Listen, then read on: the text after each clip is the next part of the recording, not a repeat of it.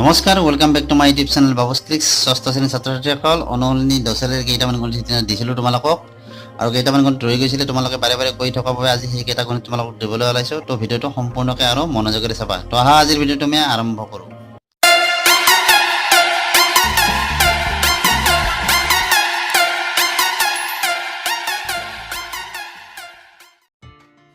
তো ইয়াৰ আগৰ ক্লাছত আমি 6 নম্বৰলৈকে দিছিলোঁ, আজি 7 নম্বৰটো লৈছোঁ। ইয়াত কি দিয়া আছে যে 30 সেণ্টিমিটাৰ পুৰণ 18 সেণ্টিমিটাৰ জোখৰ ফটো এখনৰ চাৰিওফালে ফিটাৰে বন্ধা হ'ল, কিমান দৈৰ্ঘ্যৰ ফিটাৰ প্ৰয়োজন হ'ব? আমাক ফটোখনত ফিটাডালৰ দৈৰ্ঘ্যটো উলিয়াব দিছে। তো ইয়াত যে দেখা পাইছে 30 সেণ্টিমিটাৰ পুৰণ 18 সেণ্টিমিটাৰ, তাৰমানে এইটো ধৰা তোমাৰ দিশ আৰু এইটো হ'ল প্ৰস্থ। বুজি পাইছানে? ঠিক এনেকুৱা ফটো ফ্ৰেমটো কেনেকুৱা ধৰা, এইটো দিশ আমি ধৰিলোঁ, এইটো প্ৰস্থ। বুজি পাইছানে? এইটো এটা ধৰা ফটো ফ্ৰেম আমি বনাইছোঁ। ইয়াত এইটো দিশটো হ'ল 30 সেণ্টিমিটাৰ আৰু প্ৰস্থটো কিমান দিয়া আছে? 18 cm। এতিয়া আমাক এই চাৰিওপিনে তাৰমানে ফিটাৰে মানে বন্ধ হৈছে, তাৰমানে এই চাৰিওপিনে ধৰা এই চাৰিপিনে ফিটাৰে বন্ধতে কিমান ফিটাৰ প্ৰয়োজন হ'ব, তাৰমানে সেইটো আমাক উলিয়াব পাৰিছে। এনেকৈ ফিটাৰে বান্ধিছে তাৰমানে ফ্ৰেমটো। তো আমি কি কৰিম, এইটো প্ৰস্থ বুলি ধৰিম আৰু এইটো দিশ বুলি ধৰিম। তো লিখিম কি, ফটোখনৰ দিশ 30 সেণ্টিমিটাৰ, প্ৰস্থ 18 সেণ্টিমিটাৰ। এইটো দিশ মই কৈছোঁৱেই, এইটো দিশ হয়, এইটো প্ৰস্থ হয়। তো এইখিনি লিখিলোঁ। গতিকে ফটোখনৰ পৰিসীমা আমি উলিয়াব লাগিব। পৰিসীমাটো উলিয়ালেহে আমি বাউণ্ডাৰীটো পাম, কিমান দীঘল হৈ আছে। পৰিসীমা কেনেকৈ উলিয়াবা? 2 পূৰণ দিশ যোগ প্ৰস্থ, অৰ্থাৎ আয়তৰ পৰিসীমা। এইটো আয়ত আকৃতিয়ে হৈছে, হয়নে নহয়? গতিকে 2 পূৰণ দিশ কিমান আছে? 30 প্লাছ প্ৰস্থ আছে 18। তো কিমান হ'ব? 2 পূৰণ 30 আৰু 18 যোগ কৰিলে 48 সমান কিমান? 96 সেণ্টিমিটাৰ। তো এইখিনি পালোঁ আমি কি, ফটোখনৰ পৰিসীমা। গতিকে পৰিসীমা যিমান হ'ব ফিটাডালৰ দৈৰ্ঘ্য সিমানেই হ'ব, হয়নে? এতেকে ফিটাৰ প্ৰয়োজন হ'ব 96 সেণ্টিমিটাৰ। তো 8 নম্বৰটো দিয়া আছে যে 0.7 কিলোমিটাৰ পুৰণ 0.3 কিলোমিটাৰ জোখৰ এটা আয়তাকাৰ পুখুৰী চাৰিওফালে বেৰ দিব লাগে। 1 কিলোমিটাৰ বেৰ দিয়াত খৰচ 15 টকা হ'লে পুখুৰীটোৰ চাৰিওফালে বেৰ দিওঁতে কিমান টকা খৰচ হ'ব? এইটোতো আয়তাকাৰ পুখুৰী বুলি কৈছে, এইটো আমি দিশ বুলি ধৰিম আৰু এইটো আমি কি, প্ৰস্থ বুলি ধৰিম, হয়নে? ধৰা আয়তাকাৰ পুখুৰীটো এনেকুৱা টাইপৰ, এইটো এটা পুখুৰী হয়। এই আয়তাকাৰ পুখুৰীটোৰ এইটো হ'ল 0.7, এইটো দিশটোৰ 0.7 আৰু এইটো কিমান আছে? 0.3। এতিয়া আমি লিখিম আয়তাকাৰ পুখুৰীৰ দিশ। আয়তাকাৰ পুখুৰীৰ দিশ কিমান পালোঁ? 0.7 কিলোমিটাৰ আৰু প্ৰস্থ হৈছে 0.3 কিলোমিটাৰ। বুজি পাইছেনে? আমাৰ চাৰিওফালে পুখুৰীটোৰ মানে পৰিসীমাটো উলিয়াব লাগে। আয়তাকাৰ পুখুৰীৰ পৰিসীমা আমি কিমান পাম? 2 পূৰণ দিশ যোগ প্ৰস্থ, হয়নে? এইটো 2 পূৰণ, এইটো পূৰণ 7 আৰু 3 যোগ কৰিলে 10 হ'ব।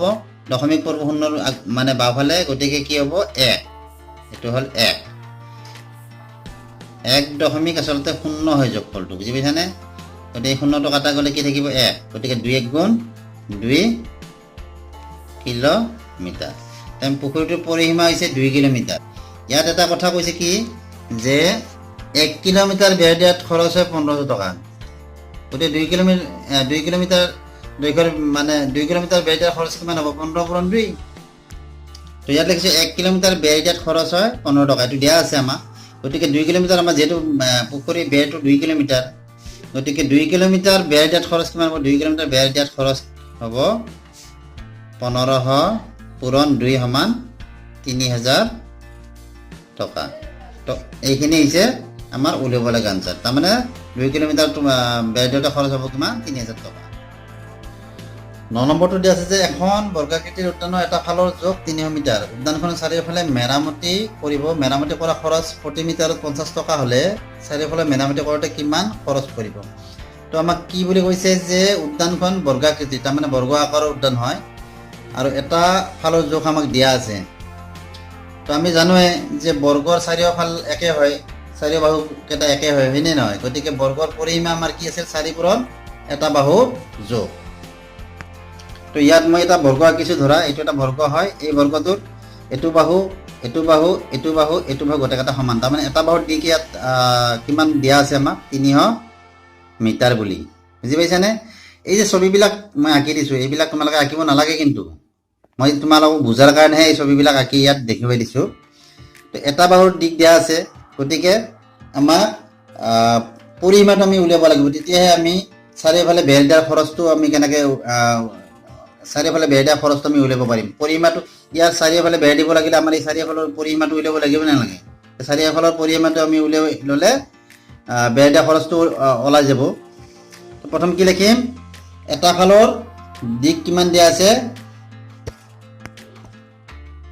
এটা ফালৰ জোখ 300 মিটাৰ বুলি দিয়া আছে। বৰ্গাকৃতিৰ উদ্যানৰ এটা ফালৰ জোখ 300 মিটাৰ, হয়নে?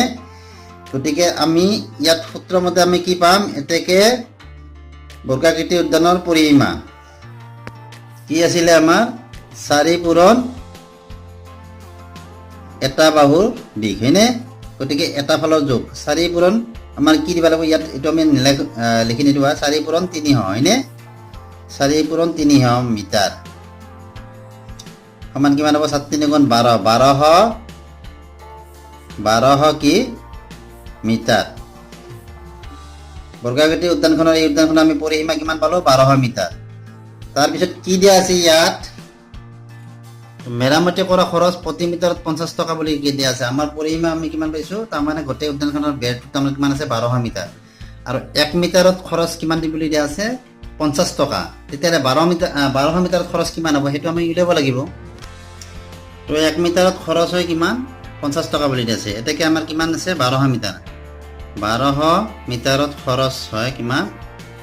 50 পূৰণ কি হ'ব? 1200, 50 পূৰণ 1200, হয়নে? এইটো মিটাৰ। তো 12 5 গুণ 60, এইটো 60 হ'ল। ইয়াত শূন্য দুটা আছে, ইয়াত এটা আছে, 3টা শূন্য আমি ইয়াত দিব লাগিব। তো কিমান টকা খৰচ হ'ব? 60,000 টকা এই বৰ্গাকৃতি উদ্যানত মানে বেৰ দিওঁতে 60,000 টকা কি হ'ব? খৰচ হ'ব। 10 নম্বৰটো আছে এটা ৰম্বছৰ বাহুৰ দিশ 8 সেণ্টিমিটাৰ। ৰম্বাছটোৰ পৰিসীমা উলিয়া। মই এইটো কৰি নিদিওঁ তোমালোকক, কিয় জানানে? বৰ্গ আৰু ৰম্বাছৰ পৰিসীমা উলিওৱা সূত্ৰটো একেইয়ে। 4 পূৰণ এটা বাহুৰ দিশ, গতিকে এটা বাহুৰ দিশ দিয়া আছে ইয়াত। গতিকে 4 পূৰণ এটা বাহুৰ দিশ হ'লে কিমান হ'ব? 4 পূৰণ 8, 8 4 32, তাৰমানে 32 সেণ্টিমিটাৰ পৰিসীমাটো ৰম্বাছৰ। গম পাইছেনে? গতিকে সেইটো তোমালোকে কৰি যাবা। এটা সামন্তৰিকৰ ওচৰাওচৰিকৈ থকা বাহু দুটাৰ দৈৰ্ঘ্য 12 সেণ্টিমিটাৰ আৰু 7 সেণ্টিমিটাৰ। আনহাতে ৰম্বাছ এটাৰ বাহুৰ দৈৰ্ঘ্য 9 সেণ্টিমিটাৰ। কোনটোৰ পৰিসীমা বেছি হ'ব? তো প্ৰথম কথা, সামন্তৰিকৰ ওচৰাওচৰি বাহু দুটা মানে কি? দীঘ আৰু প্ৰস্থ এই দুটা। বুজি পাইছানে? দীঘ আৰু প্ৰস্থ দিয়া আছে আৰু ৰম্বাছৰ বাহুৰ দৈৰ্ঘ্যটো দিয়া আছে। আমি পৰিসীমাটো আমি উলিয়াই ল'ব লাগে। আগতে প্ৰথমতে আমি সামন্তৰিকৰ পৰিসীমাটো উলিয়াই ল'ম, তাৰপিছত ৰম্বাছৰ পৰিসীমাটো উলিয়াই ল'ম। তাৰপিছত তাৰ পাৰ্থক্যটো চালে গম পাম কোনটোৰ পৰিসীমা বেছি, কোনটোৰ কম। ধৰা এইটো এটা সামন্তৰিক, ইয়াৰ ওচৰাওচৰি বাহু কোন দুটা? এইটো বাহু আৰু এইটো বাহু। এইটো বাহু কিমান দিয়া আছে? এটা বাহু দিয়া আছে তোমাৰ 12 সেণ্টিমিটাৰ, এইটো 12 আৰু এইটো কিমান? 7। বুজি পাইছা নাই? সামন্তৰিকৰ ওচৰাওচৰি বাহু দুটা দৈৰ্ঘ্য দিয়া আছে। এইটো যদি 7 হয়, সামন্তৰিকৰ এইটো বাহু কিন্তু 7 হ'ব। বুজি পাইছানে? আৰু এইটো 12 হ'লে এইটোও 12 হ'ব, কাৰণ বিপৰীত বাহুবিলাক সামন্তৰিকৰ সমান হয়। কিন্তু আমি ইয়াত সামন্তৰিকৰ পৰিসীমা এতিয়া ওলাম। পৰিসীমা কেনেকৈ ওলাব? দিক পূৰণ প্ৰস্থ, এইটো হ'ল দিক, এইটো হ'ল প্ৰস্থ। গতিকে এতেকে সামন্তৰিকৰ পৰিসীমা কি হ'ব? সেই একে আয়তৰ পৰিসীমা যেনেকুৱা আছিল 2 পূৰণ 12 যোগ কিমান? 7। 2 পূৰণ 12 হাতে 19 সমান 19 দুগুণ 38 কি আছে? সেণ্টিমিটাৰ। ইয়াত এটা বস্তু লিখি দিব পাৰিবা, সামন্তৰিকৰ দিশ আৰু প্ৰস্থ বুলি। তো ইয়াত এনেকৈ লিখি দিব পাৰিবা, সামন্তৰিকৰ দিশ 12 সেণ্টিমিটাৰ, প্ৰস্থ 7 সেণ্টিমিটাৰ। গতিকে সামন্তৰিকৰ পৰিসীমা আমি কিমান পালোঁ? 38 সেণ্টিমিটাৰ। এতিয়া ৰম্বাছৰটো উলিয়াম। ৰম্বাছৰ কি বাহুৰ দিশ কি দিয়া আছে? ৰম্বাছৰ বাহুৰ দিশ দিয়া আছে, বাহুৰ দিশ কিমান দিয়া আছে? 9 সেণ্টিমিটাৰ। 9 সেণ্টিমিটাৰ। এতেকে ৰম্বাছৰ পৰিসীমা। তো ৰম্বাছৰ পৰিসীমা কি হ'ব 4 পূৰণ বাহুৰ দিশ 4 পূৰণ 9 গতিকে 9 4 গুণ 36 সেন্টিমিটাৰ। তো এতিয়া কি পালো আমি সামন্তৰিকৰ পৰিসীমা পালো 38 সেন্টিমিটাৰ, ৰম্বাছৰ পৰিসীমা পালো 36 সেন্টিমিটাৰ। আমাৰ কি আছে কোনটোৰ পৰিসীমা বেছি? সামন্তৰিকৰ পৰিসীমা বেছি হয়নে? সামন্তৰিকৰ পৰিসীমা বেছি। সূত্ৰকেইটা জনা থাকিলে উলিয়াত সহজ হয়। বুজি পাইছানে? এইখিনি বুজি পাইছানে নাই তোমালোকে? প্ৰথমতে উলিয়াই ল'বা পৰিসীমাকেইটা দুটাৰে, তাৰপিছত দেখা পাবা কোনটোৰ বেছি কোনটোৰ কম। এইটো 38 সেন্টিমিটাৰ 36 সেন্টিমিটাৰ, গতিকে কাৰ বেছি হ'ল? সামন্তৰিকৰ পৰিসীমা বেছি। 12 নম্বৰটোতে আছে এটা নিয়মিত ষড়ভুজৰ এটা বাহুৰ দিশ 7.2 সেন্টিমিটাৰ, ষড়ভুজৰ পৰিসীমা নিৰ্ণয় কৰা। তো ইয়াত কি আমি ষড়ভুজৰ পৰিসীমা কি আছে? ষড়ভুজৰ এটা বাহুৰ দিশ 7.2 সেন্টিমিটাৰ লিখিছোঁ। ষড়ভুজৰ পৰিসীমা কি হয় 6 পূৰণ বাহুৰ দিশ, গতিকে কি হ'ব ইয়াত 6 পূৰণ 7.2 সেমি হয়নে? 6 দুগুণ 12 2 হাতে গেলে 7 গুণ 42 42 একে 43 43.2 সেন্টিমিটাৰ হৈছে ষড়ভুজটোৰ পৰিসীমা। তো 13 নম্বৰটো দিয়া আছে যে আয়তাকাৰ পথাৰ এখনৰ দিশ 100 মিটাৰ দিয়া আছে, পথাৰখনৰ পৰিসীমা 300 মিটাৰ দিয়া আছে। পথাৰখনৰ বহলটো উলিয়াব দিছে আমাক, বহল নিৰ্ণয় কৰা। বহল মানে প্ৰস্থটো উলিয়াব দিছে। ইয়াত দিশ দিয়া আছে আৰু পৰিসীমা দিয়া আছে। প্ৰস্থটো কেনেকৈ উলিয়াবা? আমি প্ৰস্থটো কেনেকৈ উলিয়াম? যিটো আমাৰ সূত্ৰ আছে সেই সূত্ৰটোৰ দ্বাৰা আমি প্ৰস্থটো উলিয়াম। চাবাচোন কেনেকৈ কৰিছোঁ। তো আয়তাকাৰ পথাৰৰ দিশ আমাৰ 100 মিটাৰ দিয়া আছে, পৰিসীমা দিয়া আছে 300 মিটাৰ। আমি জানো যে আমি কি জানো যে আয়তৰ পৰিসীমা আমাৰ 2 পূৰণ দিশ যোগ প্ৰস্থ হয়নে? গতিকে এইখিনি বস্তুকে আমি ওলোটাই দিছোঁ। এইখিনি বস্তু আমি বাওঁফালে দিছোঁ আৰু এইখিনি বাওঁফালৰখিনি আমি সোঁফালে দিছোঁ। ইয়াত কি হৈছে যে 2 পূৰণ দিশ যোগ প্ৰস্থ সমান কি আয়তৰ পৰিসীমা। সূত্ৰটোকে আমি ওলোটাই ইয়াত লিখিছোঁ। ইয়াত এতিয়া বহাই দিয়া 2 পূৰণ দিশ মানে কিমান আছে 100, প্ৰস্থ মানেতো নাইয়ে, প্ৰস্থটো উলিয়াবই লাগিব আমি। প্ৰস্থ মানে বহল, পৰিসীমা কিমান আছে 300। এতিয়া 2টো ইয়াত পূৰণ হৈ আছে, সোঁফালে লৈ যাব লাগিব আমি। সোঁফালে লৈ গ'লে কি হ'ব ইয়াত হৰণ হ'ব, অৰ্থাৎ 100 যোগ প্ৰস্থ সমান কি হ'ব 300 ডিভাইডেড বাই 2। তো এইটো কি হ'ব 2 দি 300ক আমি যদি কাটো হৰণ কৰোঁ কেইবাৰ যাব 150 বাৰ। তো 150 হ'ল মিটাৰ। এইটো 150 মিটাৰটো হৈছে কি ইয়াত মিটাৰ লিখিব নালাগে, দিয়া 150 পালোঁ আমি। এতিয়া আমাক প্ৰস্থ বহলটো উলিয়াব দিছে, গতিকে বহলটো উলিয়াব দিলে আমি কি 100টো আমি লৈ যাম, সোঁফালে লৈ যাম। ইফালে যোগ আছে, সোঁফালে নিলে কি হ'ব বিয়োগ হ'ব। প্ৰস্থ সমান কি হ'ব 150 বিয়োগ 100টো সোঁফালে নিলে মানে বিয়োগ হ'ব। 100 সমান কিমান 50 মিটাৰ। ইয়াত মিটাৰটো লিখি দিয়া। এতেকে পথাৰখনৰ কি পথাৰখনৰ বহল, পথাৰখনৰ বহল আমি কি পালোঁ 50 মিটাৰ। একদম সহজ, বুজি পালে। 14 নম্বৰটো দিয়া আছে যে এটা সমদ্বিবাহু ত্ৰিভুজৰ পৰিসীমা 22 সেন্টিমিটাৰ, প্ৰতিটো সমান দৈৰ্ঘ্যৰ বাহুৰ দিশ 8 সেন্টিমিটাৰ বুলি দিয়া আছে। ত্ৰিভুজটোৰ বাহুকেইটাৰ দিশ নিৰ্ণয় কৰিব দিছে। তো কথা হ'ল সমদ্বিবাহু ত্ৰিভুজৰ কি হয় দুটা বাহু সদায় সমান হয় হয়নে? দুটা বাহু সদায় সমান হয় সমদ্বিবাহু। ধৰা আমি ABC এটা সমদ্বিবাহু ত্ৰিভুজ লৈছোঁ। ইয়াৰ এই দুটা বাহু সমান, গতিকে এই সমান বাহুৰ দুটা দৈৰ্ঘ্য কিমান দিয়া আছে যে সমান দৈৰ্ঘ্যৰ বাহুৰ দিশ 8 সেন্টিমিটাৰ, গতিকে এইটো 8 হ'লে এইটোও 8 হ'ব। আৰু এই গোটেই ত্ৰিভুজটোৰ পৰিসীমা আমাক কিমান দিয়া আছে 22 সেন্টিমিটাৰ। গতিকে আমাৰ বাহুকেইটাৰ দিশ নিৰ্ণয় কৰিব লাগে। তো আমি কি কৰিছোঁ ইয়াত সমদ্বিবাহু ত্ৰিভুজ এটা আঁকি লৈছোঁ। ত্ৰিভুজটোৰ নাম লৈছোঁ ABC। ইয়াত কি দিছোঁ ধৰা হ'ল ABC এটা সমদ্বিবাহু ত্ৰিভুজ। ইয়াত AB সমান AC, যিহেতু দুটা বাহু সমান হয় গতিকে AB বাহু সমান AC সমান কিমান 8 সেন্টিমিটাৰ। তাৰমানে এই বাহু দুটাৰ যোগ আমাৰ 8 সেন্টিমিটাৰ দিয়া আছে এইটো বস্তু। গতিকে ত্ৰিভুজৰ পৰিসীমা কি বাহু তিনিটা যোগফলৰ সমষ্টি। গতিকে বাহু তিনিটা কি আছে AB plus BC plus CA বা AC, এই তিনিটা বাহু দিয়া আছে আমাক।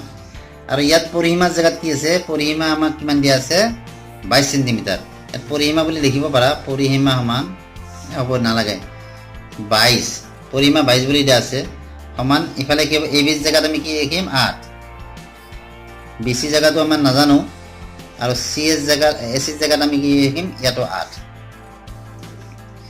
এতিয়া 22 সমান কিমান হ'ব 8 8 16 যোগ BC। এতিয়া 16টো ইফালে লৈ আহা 22 ইফালে যোগ হৈ আছে, ইফালে আহিলে কি হ'ব বিয়োগ হ'ব। 16 সমান কিমান হ'ব 20। 22ৰ পৰা 16 গ'লে কি পাবা তুমি 6 পাবা সমান 20। 20 বাহুৰ দিশ আমি কিমান পালো, এইটো পালো আমি 6 সেন্টিমিটাৰ। গতিকে তিনিটা বাহুৰ দিশ গ'লে দুটা 8 8 আৰু এটা 6 বা BC সমান কি, BC টো বাওঁফালে ৰাখা সমান 6। এতেকে বাহু তিনিটাৰ দিশ, বাহুকেইটাৰ দিশ, বাহু কেইটাৰ দিশ কি পাম 8 সেন্টিমিটাৰ, 8 সেন্টিমিটাৰ আৰু কি 6 সেন্টিমিটাৰ। 8 সেন্টিমিটাৰ 8 সেন্টিমিটাৰ দিয়া আছিলে, এই 6 সেন্টিমিটাৰটো আমি বাহিৰ কৰিলোঁ। গতিকে বাহু তিনিটাৰ দিশ 8 সেন্টিমিটাৰ 8 সেন্টিমিটাৰ আৰু 6 সেন্টিমিটাৰ। লাষ্ট 15 নম্বৰ কৰিছোঁ যে 70 মিটাৰ দীঘল আৰু 50 মিটাৰ বহল আয়তাকাৰ উদ্যান এখনৰ চাৰিওফালে লৌৰ খুঁটা পুতিব। উদ্যানখনৰ তাৰমানে দিশ 70 মিটাৰ আৰু প্ৰস্থ হৈছে কি 50 মিটাৰ বা বহল 50 মিটাৰ। সেই লৌৰ খুঁটা পুতাৰ কাৰণে যি খুঁটি পুতিব সেই খুঁটিবিলাক 5 মিটাৰ দৈৰ্ঘ্যৰ মূৰে মূৰে পুতিব। প্ৰতিটো খুঁটাৰ যদি উচ্চতা 1.5 মিটাৰ হয় উদ্যানখনত চাৰিওফালে খুঁটা পুতিবলৈ কিমান দৈৰ্ঘ্যৰ ল কিনিব লাগিব। প্ৰথমতে আমি কি কৰিব লাগিব, সেই উদ্যানখনৰ পৰিসীমাটো উলিয়াই ল'ব লাগিব। বুজি পাইছেনে? পৰিসীমাটো উলিয়াই লোৱাৰ পিছত আমি সেয়াক এই 5ৰে হৰণ কৰিব লাগিব, কিমানটা খুঁটা লাগিব। বুজি পাইছা? তো চাবা, প্ৰথমতে আমি কি লিখিছোঁ যে উদ্যানখনৰ দিশ 70 মিটাৰ বহল 50 মিটাৰ। গতিকে আয়তাকাৰ উদ্যানখনৰ পৰিসীমা কি 2 পূৰণ দিশ যোগ প্ৰস্থ। দিশ হৈছে 70, প্ৰস্থ হৈছে 50। গতিকে 2 পূৰণ 70 আৰু 50 যোগ কৰিলে কিমান হ'ব 120। 7 5 12। তো 2ৰ লগত 120 পূৰণ কৰিলে 12 24 240 মিটাৰ হৈছে উদ্যানখনৰ পৰিসীমা। এতিয়া ইয়াত কৈছে যে প্ৰতিটো খুঁটা 5 মিটাৰ দৈৰ্ঘ্যৰ মূৰে মূৰে পুতিব। তাৰমানে 5 মিটাৰ দৈৰ্ঘ্যৰ মূৰে মূৰে খুঁটা পুতিলে কি হ'ব, 5এদি আমি 240ক আমি কি কৰিব লাগিব, পৰিসীমাটো হৰণ কৰিব লাগিব। তেতিয়া আমি কিমানটা খুঁটা লাগে সেই খুঁটাটো ওলাব।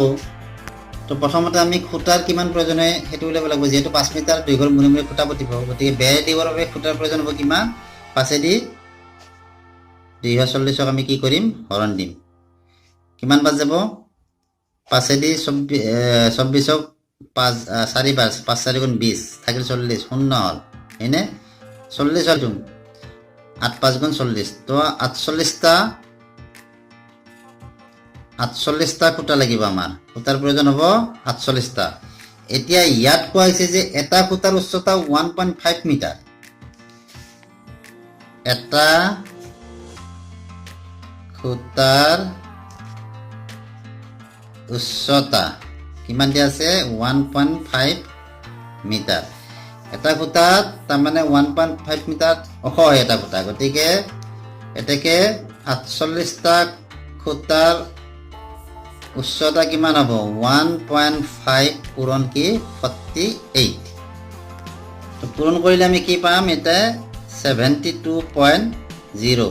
এইটো কাটি দিলোঁ, কিমান হ'ল 72 মিটাৰ। তো এটা খুঁটাৰ উচ্চতা যদি 1.5 মিটাৰ হয়, 48টা খুঁটাৰ উচ্চতা কিমান হ'ব 72 মিটাৰ। এতিয়া 72 মিটাৰ উচ্চতা হ'লে 72 মিটাৰে আমাৰ কি লাগিব, দৈৰ্ঘ্যৰ ল কিনিব লাগিব। এতেকে ল কিনিব লাগিব কিমান 72 মিটাৰ। তো ভিডিওটো আজিলৈ মানে, ভিডিওটো যদি এতিয়ালৈকে তোমালোকে লাইক কৰা নাই তো লাইক কৰি দিবা। তো আৰু যিখিনি নতুন আছা সেইখিনি চেনেলটো ছাবস্ক্ৰাইব কৰি ল'বা। তো আজিলৈ আহিলে, বাই বাই।